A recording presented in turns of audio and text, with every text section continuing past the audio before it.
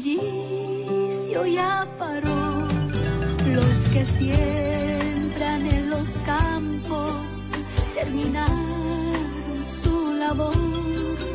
Todo aquí se está cumpliendo, es el retorno de Jesús. Y el rey está volviendo, el rey está volviendo, la trompeta está sonando y mi nombre va a llamar. Y el rey está volviendo, el rey está volviendo, aleluya. Él nos viene a buscar. Los vagones de un tren sin guía cruzan valles y ciudad. Los aviones sin pilotos vuelan a la destrucción. La ciudad está desierta, en silencio se quedó. Son las últimas noticias, Jesucristo ya volvió. Y el rey está volviendo, el rey está volviendo, la trompeta está sonando y mi nombre va a llamar.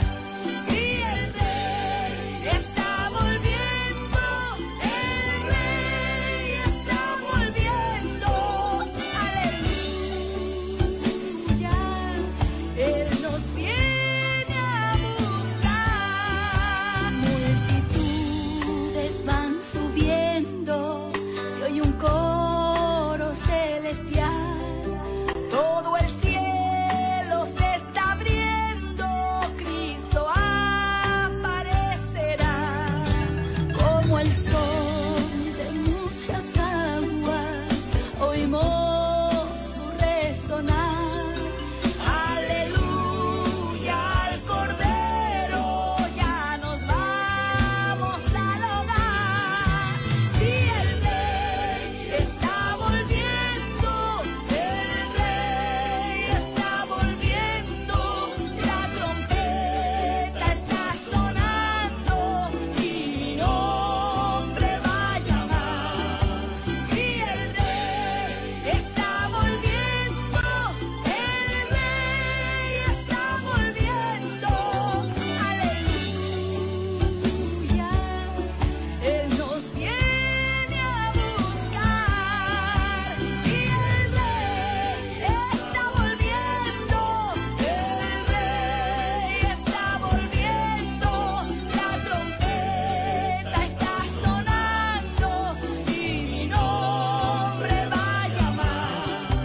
Si el rey está volviendo, el rey está volviendo, aleluya. Él nos viene a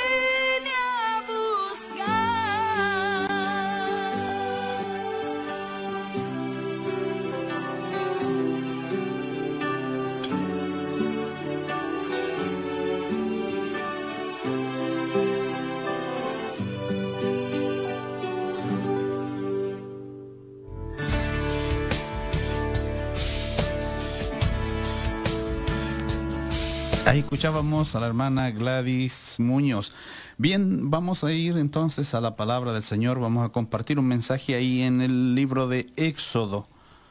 Libro de Éxodo, segundo libro de Moisés, cuando le ordena al Señor preparar los utensilios del tabernáculo, que después pasarían a ser obviamente del templo en Jerusalén. Pero mientras estaban por el desierto, Dios le ordena los utensilios para el santuario. Así que vamos a leer en Éxodo 25, comenzando por lo que nos dice el versículo 10. Éxodo 25, 10. Dice así en el nombre del Señor Jesús: harán también un arca de madera de acacia, Harán también un arca de madera de acacia, cuya longitud será de 2 codos y medio, de anchura, su anchura de codo y medio, y su altura de codo y medio. Y la cubrirás de oro puro por dentro y por fuera, y harás sobre ella una cornisa de oro alrededor. Fundirás para ella 4 anillos de oro, que pondrás en sus 4 esquinas, 2 anillos a un lado de ella y 2 anillos al otro lado. Harás unas varas de madera de acacia, las cuales cubrirás de oro, y meterás las varas por los anillos a los lados del arca para llevar el arca con ellas. Las varas quedarán en los anillos del arca, no se quitarán de ella. Y pondrás en el arca el testimonio que yo te daré. Y harás un propiciatorio de oro fino, cuya longitud será de 2 codos y medio, y su anchura de codo y medio. Harás también 2 querubines de oro labrados a martillo, los harás en los 2 extremos del propiciatorio. Harás pues un querubín en un extremo y un querubín en el otro extremo, de una pieza con el propiciatorio. Harás los querubines en sus 2 extremos, y los querubines se extenderán por encima las alas, cubriendo con sus alas el propiciatorio, sus rostros el uno enfrente del otro, mirando al propiciatorio, los rostros de los querubines. Y pondrás en el propiciatorio encima del arca, y en el arca pondrás el testimonio que yo te daré. Y de allí me declararé a ti, y hablaré contigo de sobre el propiciatorio, de entre los 2 querubines que están sobre el arca del testimonio, todo lo que yo te mandare para los hijos de Israel. Esa es la ordenanza específica respecto al arca. El arca del pacto o el arca de la alianza, que fue entregada al pueblo de Israel, cuyo destino, por así decirlo, en este momento es un misterio, está oculta, hasta, bueno, en los planes o en los propósitos del Señor. Pero le fue ordenado a Moisés y a los artífices que tenía que pudiesen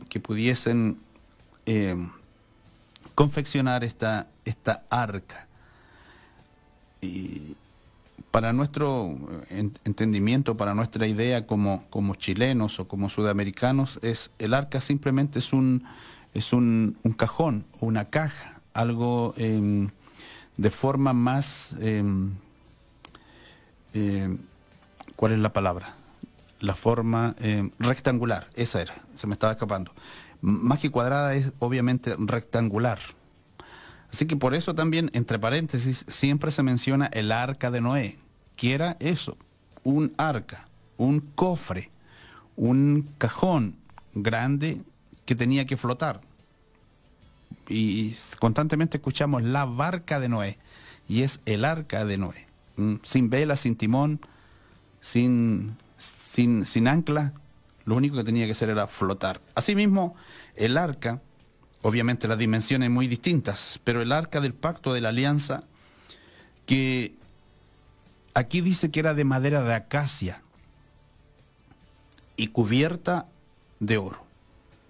Harán también un arca de madera de acacia, y menciona sus longitudes, sus medidas, y la cubrirás de oro por dentro y por fuera. Madera de acacia cubierta de oro, oro puro por dentro y por fuera. Era la característica del arca, y generalmente, y se menciona la medida, se usaba como medida el codo, que era aproximadamente 45 centímetros, algo como una cantidad más, para redondear la medida, alrededor de medio metro, 45 centímetros, 50 centímetros. Y es la medida que generalmente se usa también. Y aquí se menciona la medida en codos. Y la cubrirás de oro por dentro y por fuera. Le fundirás para ella 4 anillos de oro. Y también se menciona el propiciatorio, que es la tapa, la cubierta del arca, y en ella 2 querubines de una misma pieza, los 2 querubines mirándose el uno al otro, y sobre el propiciatorio, de una misma pieza. Se levantaba la cubierta, la tapa, que era el propiciatorio, juntamente con los querubines que habían sido fundidos, que fueron hechos, labrados a martillo, dice. También querubines de oro sobre, bueno, toda el arca era cubierta de oro. La idea que hemos compartido en otras ocasiones, que bueno, se enseña, es que en el fondo los 2 querubines se miraban de frente, tenían las alas extendidas por el fondo y por el frente las alas recogidas. Entonces hacía la forma o la idea de un trono, porque ahí descendía la presencia del Señor, la nube de gloria, la Shekinah, ahí en el lugar santísimo. Obviamente el arca debía quedar dentro del lugar santísimo, pero queremos detenernos un poquito sobre la forma o los elementos, los componentes en que fue hecho el arca, los materiales, madera de acacia y oro fino, oro puro, representando obviamente, y todo esto es tipo y sombra del Señor Jesús, simbolizando al Señor Jesús, a Jesús mismo, como el arca y como los elementos que estaban dentro del arca, el maná, la vara de Aarón, la vara del sacerdote que floreció, y el maná, la vara de Aarón y las tablas de la ley, dijo. Esos 3 elementos dentro del arca, representando, simbolizando obviamente a Jesús mismo, y él mismo en esa madera de acacia, en su humanidad y en esa divinidad representada obviamente por el oro. Madera de acacia cubierta de oro fino, de oro puro, la humanidad de Cristo y la divinidad. Hemos compartido en temas anteriores, me parece, la palabra dada por el profeta Isaías. A ver si recuerdo dónde se encuentra, si no me demoro en encontrarlo, digo, viene a mi mente ese pasaje de Isaías, la promesa del hijo, del niño, porque un niño nos es nacido, hijo nos es dado, así es. Si recuerdo dónde está, Isaías 8, como es la promesa dada. 9:6.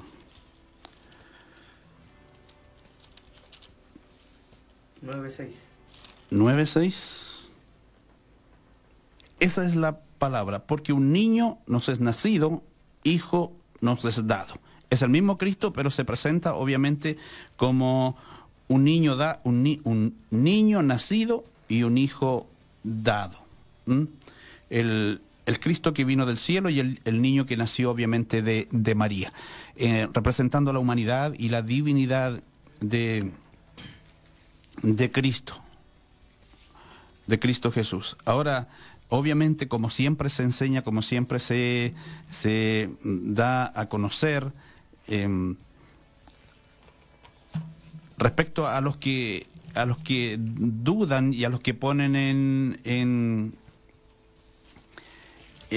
entredicho, en duda, tanto la divinidad de Jesús como su humanidad. Hemos compartido en distintas ocasiones y se sigue predicando y se sigue enseñando al respecto sobre esto mismo, las profecías entregadas, y aunque algunos las niegan y algunos las ponen en duda, en tela de juicio, y vemos también a través de los medios de comunicación, de las redes sociales, a gente de procedencia o de creencia judía que niega obviamente que el cumplimiento de la palabra o que las profecías se refieren a ese Cristo que predicamos y que enseñamos. Dudan de que se trate de él, de pasajes tan especiales, tan maravillosos como Isaías 53. Hay una referencia, por ejemplo, a eso, a Isaías 53, referente al Mesías que sufre, y no se refiere a una persona, ni mucho menos, dicen ellos, a la persona del Señor Jesús, sino que lo relacionan con el pueblo de Israel. Pero obviamente, como lo hemos compartido en otras ocasiones, como lo hemos mencionado, no dice el Señor que las cargas, que los pecados, que los errores de los seres humanos los cargó sobre un pueblo, o sobre su pueblo Israel. Dice, por ejemplo, Isaías 53, todos nosotros nos descarriamos, cada cual se fue por su camino, cada cual se apartó por su camino, mas Jehová cargó en él el pecado de todos nosotros. Pero no hay ninguna referencia al respecto, y como que todo lo relacionado con ese Mesías sufriente, con ese ungido, se refiere al pueblo de Israel. Entonces, para poder negar toda la enseñanza que hay respecto a Jesús. Pero si nosotros vemos todo tipo, toda sombra, toda simbología que hay en cada uno de los libros del Antiguo Testamento, en cada uno de ellos mencionado por todos sus autores, refiriéndose todos y cada uno a un mismo personaje, desde el mismo Dios de los cielos, cuando obviamente hizo la promesa y cuando dijo en el huerto de Edén, en la caída del hombre y de la mujer, de nuestros primeros padres, cuando habló de la simiente de la mujer, que haría una herida en la cabeza de la serpiente. La primera promesa del Redentor, y de ahí en adelante cada palabra, cada profeta, cada libro mencionando a aquel que habría de venir. Y obviamente los versículos y en los libros del Nuevo Testamento confirmando cada una de esas promesas. La Biblia especifica que los apóstoles, todos los apóstoles eran de Israel, todos los apóstoles eran de Galilea, bueno, y uno de Judea, de Galilea, todos obviamente pertenecientes a las 12 tribus, pertenecientes al pueblo de Israel. Y él los llamó, les hizo un llamado, les dio una comisión, y ellos obviamente en su vida tenían el conocimiento y la relación que habían tenido con el Señor Jesús. Y pregonaron por Israel, y otros como Pablo, siendo también descendiente de Israel, él dice fariseo de fariseos, de la tribu de Benjamín, y él fue y predicó a través del Imperio Romano de ese Cristo que había nacido obviamente en Israel. Israelitas hablando de un israelita, y de uno que había nacido en el pueblo de Dios, que había sido prometido, que había sido anunciado, y que Dios había tratado con cada uno de los antepasados, los profetas, los jueces, los patriarcas, mencionándoles de aquel que habría de venir, poniendo la esperanza de todos los seres humanos. La promesa a Abraham: en ti serán benditas todas las familias de la tierra, todas las naciones de la tierra, todos los pueblos de la tierra, en cada uno de los profetas. Las visiones dadas que hemos compartido en otros programas, en nuestro estudio en la iglesia también, las visiones dadas a los profetas, la visión de Isaías, la visión de Daniel es impactante. Daniel 7, si no mal recuerdo, la visión de aquel que vino delante del anciano de días, todas las promesas dadas. No podrían referirse a otro, a cualquier personaje, a cualquier santo de cualquier nación. Tenía que ser exclusivamente del pueblo de Israel. El lunes compartíamos sobre el león y el cordero, representado en una misma persona, en la persona de Jesús. Aquí, como la madera de acacia y el oro, hablábamos el lunes sobre el león y el cordero, uno mismo. Juan vio a uno como un cordero inmolado, y también menciona a aquel que es el león de la tribu de Judá, perteneciente a la tierra de Israel. Los 12 apóstoles del pueblo de Israel, y dieron testimonio de él, y escribieron y dejaron registro de él. Y Pablo, siendo también de la misma nación, y Bernabé, que predicó con él, y otros que predicaron con él por el Imperio Romano, dando testimonio de aquel que había nacido, y que en él tenían cumplimiento todas las promesas del Antiguo Testamento, todo lo que se había anunciado.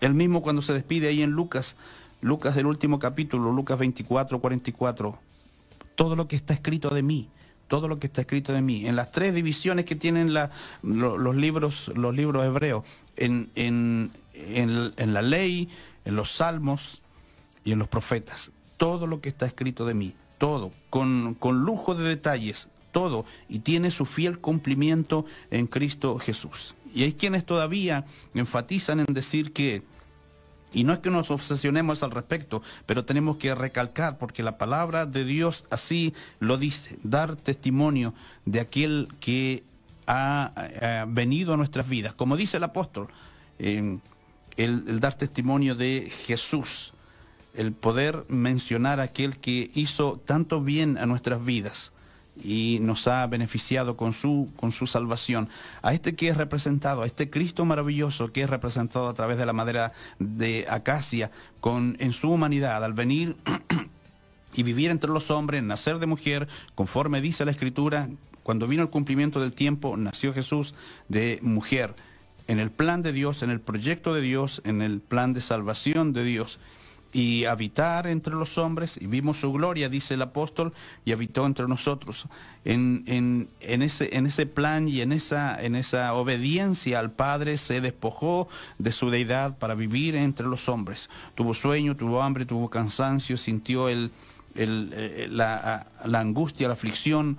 Isaías dice que fue angustiado tanto física como psicológicamente. En su alma y en su cuerpo fue afligido por la presión que había en Getsemaní y luego en el Calvario, en su humanidad. Pero a causa de ser obediente hasta la muerte, como siempre se predica, siempre se menciona, Dios lo exaltó a lo sumo y le dio un nombre que es sobre todo nombre, para que esa divinidad volviera obviamente a su ser. Cuando él ora al Padre y le dice: Padre, glorifícame con aquella gloria que tuve contigo antes que el mundo fuese. El Cristo que es carne, el Cristo que es humano y el Cristo que es divino. Por eso representado a través de esta arca de madera de acacia, tan simple, tan especial, tan de la tierra, obviamente representando su humanidad, las características de la madera de acacia, pero revestida de oro, cubierta de oro, y oro puro por dentro y por fuera. En esa divinidad y en esa humanidad que podía ser obviamente cumplida a través de la persona del Señor Jesús, teniendo la palabra, teniendo el maná, el pan que vino del cielo, teniendo la vara como sacerdote y sumo sacerdote. Y también dice la Escritura que sobre esa arca, que era de madera de acacia y que era de oro puro, representando su humanidad y su divinidad, fueron constituidos los dos querubines. Se enseña que representan estos querubines, que son guardianes, como compartíamos tiempo atrás en el tema de los ángeles, son guardianes de las cosas sagradas, de las cosas santas, de las cosas de Dios. Y hay quienes enseñan que se refiere, un querubín representa al Señor Jesús y el otro querubín al Espíritu Santo. Romanos nos dice, al final en sus últimos versículos, Romanos 8, en sus últimos versículos, dice que Jesús, el apóstol Pablo, escribiendo a los Romanos en el capítulo 8, que el Señor Jesús intercede por nosotros y que el Espíritu Santo también intercede por nosotros con gemidos indecibles. Así que en esa presencia de Dios, en esa arca donde reposa la presencia de Dios, ahí la nube de gloria del Padre, el Espíritu Santo representado por un querubín y Jesucristo representado por el otro, y en esa intercesión delante del Padre por nosotros, uno como el Consolador y otro como el Salvador que dio su vida por nosotros. Todo perfectamente ideado en el plan de Dios, tipo y sombra de el maravilloso Señor que habría de venir, manifestado a través de todos los profetas, comenzando por Moisés en sus escritos y en cada uno de los libros. Hay un pasaje conocido en el libro de Job, muy mencionado, que es cantado y que es predicado. Yo sé que mi Redentor vive, dice Job, que se menciona como el primer libro que fue escrito. Yo sé que mi Redentor vive y al fin me levantaré del polvo y mis ojos lo verán. La promesa de el Redentor. Yo sé que mi Redentor vive, está vivo. Fue como hombre, como la madera de acacia, fue obviamente muerto al estar en el cuerpo, pero obviamente no podía quedarse en el sepulcro, sino que debía ser levantado.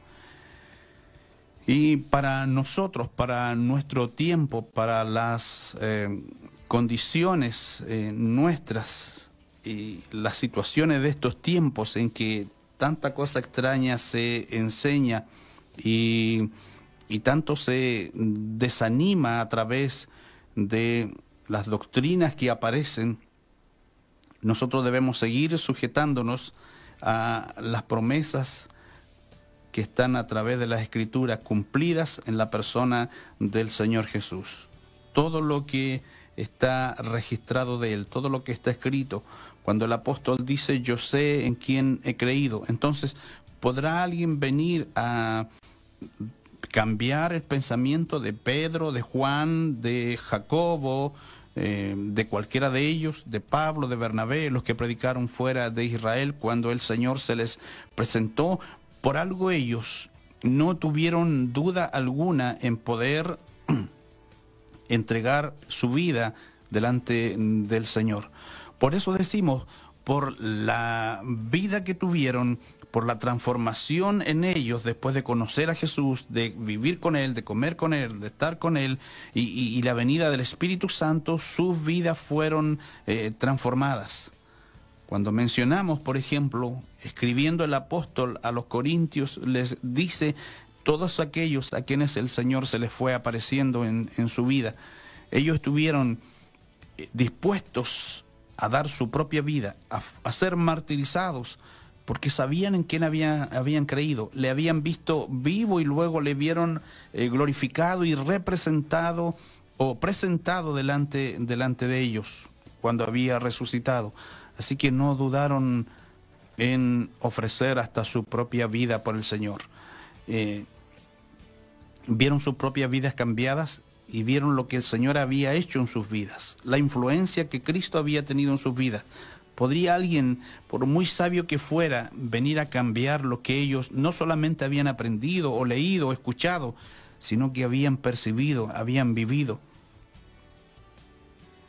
Me gusta la expresión, y la mencionamos muchas veces, del Señor Jesús cuando habla con Nicodemo: lo que sabemos hablamos y lo que hemos visto testificamos. Aprendemos, leemos, escuchamos lo que se nos predica, se nos enseña a través del tiempo, tomamos la Biblia y la leemos, escuchamos testimonio de la gente que ha sido bendecida. Así que lo que sabemos, eso podemos hablar y predicar. Y lo que hemos visto con nuestros ojos testificamos, lo que el Señor ha hecho a través del tiempo con nosotros. ¿Podrá alguien venir y tratar de convencernos de que todo lo que hemos vivido ha sido simplemente un sueño, simplemente una sugestión? Cuando hemos vivido y percibido en nuestros corazones lo que el Señor ha hecho. Se quiere limitar su poder, se quiere limitar su deidad, se quiere rebajar al simple hecho de ser una criatura hecha por Dios, que no tiene divinidad alguna, pero hemos compartido en tantos temas, en tantas ocasiones, como es nombrado el Señor Jesús como el Alfa y la Omega, el primero y el último. Así también es mencionado Dios en el Antiguo Testamento, cuando Jesús dice el yo soy, tomando esa palabra para sí, porque Dios dijo en el Antiguo Testamento, mi pueblo sabrá mi nombre, y Él se presenta como aquel que es tanto como Dios en el Antiguo Testamento. Él se presenta como el yo soy. Yo soy el pan que vino del cielo, yo soy la puerta, yo soy el buen pastor, yo soy el camino, la verdad y la vida. En su humanidad y en su divinidad es presentado como esperanza para todas las naciones. Y ahí aparece, lo mencionábamos, lo decíamos, representado también en ese querubín que intercede junto al Espíritu Santo sobre el propiciatorio, donde desciende la presencia del Señor. Fue prometido aquel que habría de venir y entregarse como un manso cordero. Como cordero fue llevado al matadero, y como oveja delante de sus trasquiladores, enmudeció y no abrió su boca. De esa manera dice el profeta que él habría de morir. En su primera venida, poniendo sus pies sobre la tierra, viviendo entre los hombres. Pero también la Biblia habla sobre aquel que es el león de la tribu de Judá. Cuando vuelva, ya no volverá como un manso cordero, ya no volverá para ser crucificado, ya no volverá para ser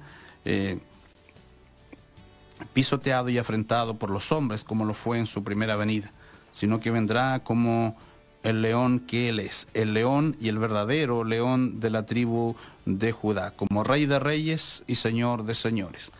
Las visiones de Juan serán una realidad. Ese mismo Juan que lo vio morir, como tantas veces lo hemos dicho, siendo Juan todavía joven, lo vio morir en la cruz.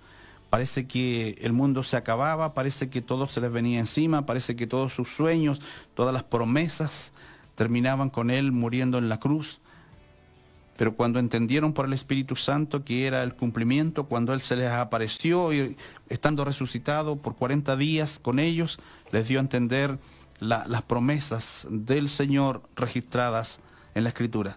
Juan, siendo joven, le vio morir en la cruz, pero siendo un anciano en la isla de Patmos, le vio glorioso, dicen los primeros versículos de Apocalipsis, le vio glorioso de tal manera que casi no lo reconoció y cayó como muerto a sus pies, y él lo tocó para que se levantara.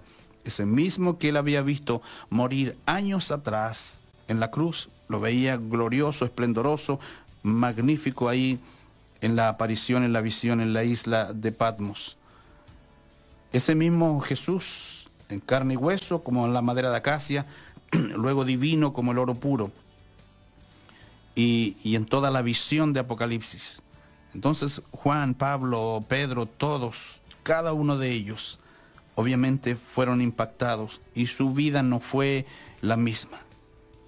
Todos los hombres, toda mujer, todo hombre y toda mujer, de cualquier edad, en cualquier situación en que haya tenido esas maravillosas experiencias con el Señor. No estoy hablando de sueños ni de autosugestiones, sino que estoy hablando de una relación madura con el Señor, a través de la palabra, conociendo la palabra, cumpliéndose la palabra en nosotros, porque no nos hacemos cuentos ni nos pasamos películas por cosas que escuchamos o que nos imaginamos, sino que todo tiene que ser con el fundamento de la Escritura. Esos hombres que tienen esa experiencia con el Señor, en cualquier edad, a través de los tiempos, sus pies, bien digo, son cimentados y fortalecidos en el Señor. En ese Cristo representado por la acacia y también representado por el oro puro, en su humanidad y en su divinidad. Obviamente cuando el Señor pregunta, ¿quién enviaré? ¿Quién irá por nosotros?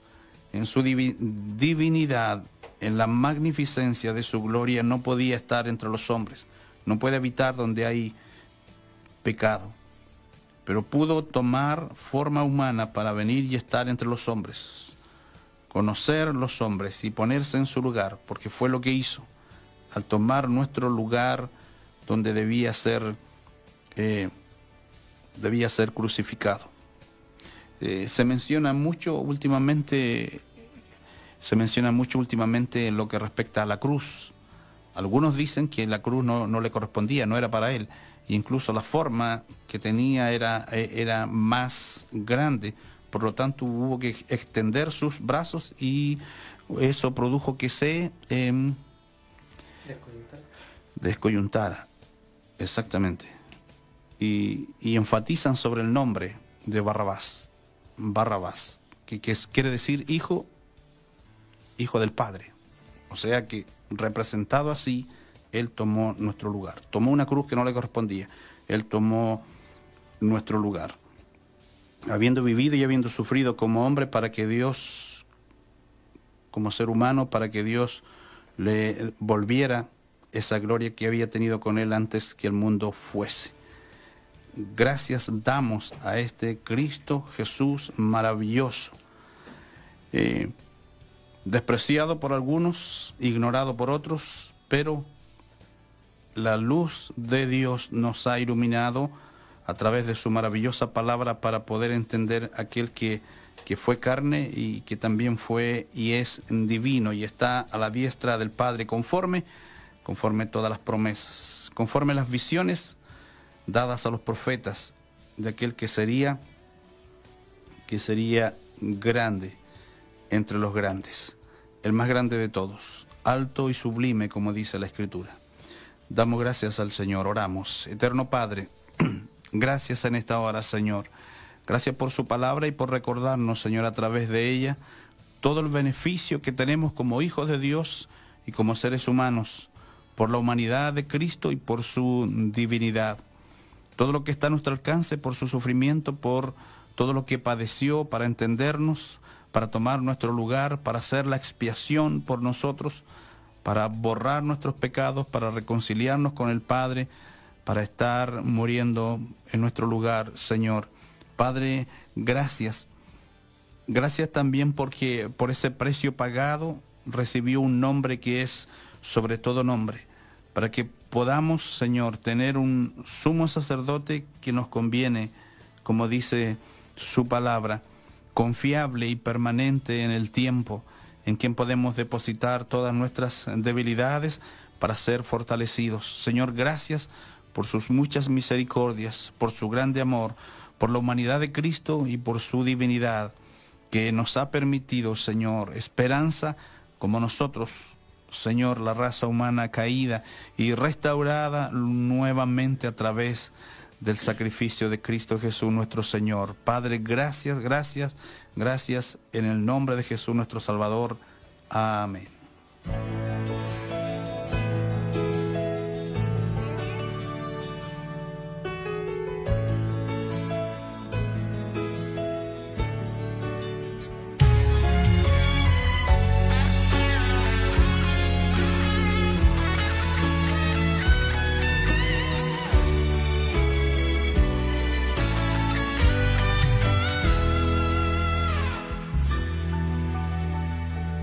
Señor Jesús, tú eres mi adoración. Toda mi vida te la di con devoción. Por eso digo con mi canto que yo te adoro tanto, que tú eres para mí la luz de mi vivir. Porque me sacaste de un profundo abismo donde por mi culpa yo me caí, y allí clamé por tu poder, oh Jesucristo. Grité, Señor Jesús, líbrame de esto, arráncame del pozo en que caí. Y así noté que solo después de haberme arrepentido, allí entonces yo fui socorrido por las misericordias del Señor Jesús, y me trajiste, Señor, de las tinieblas a la luz.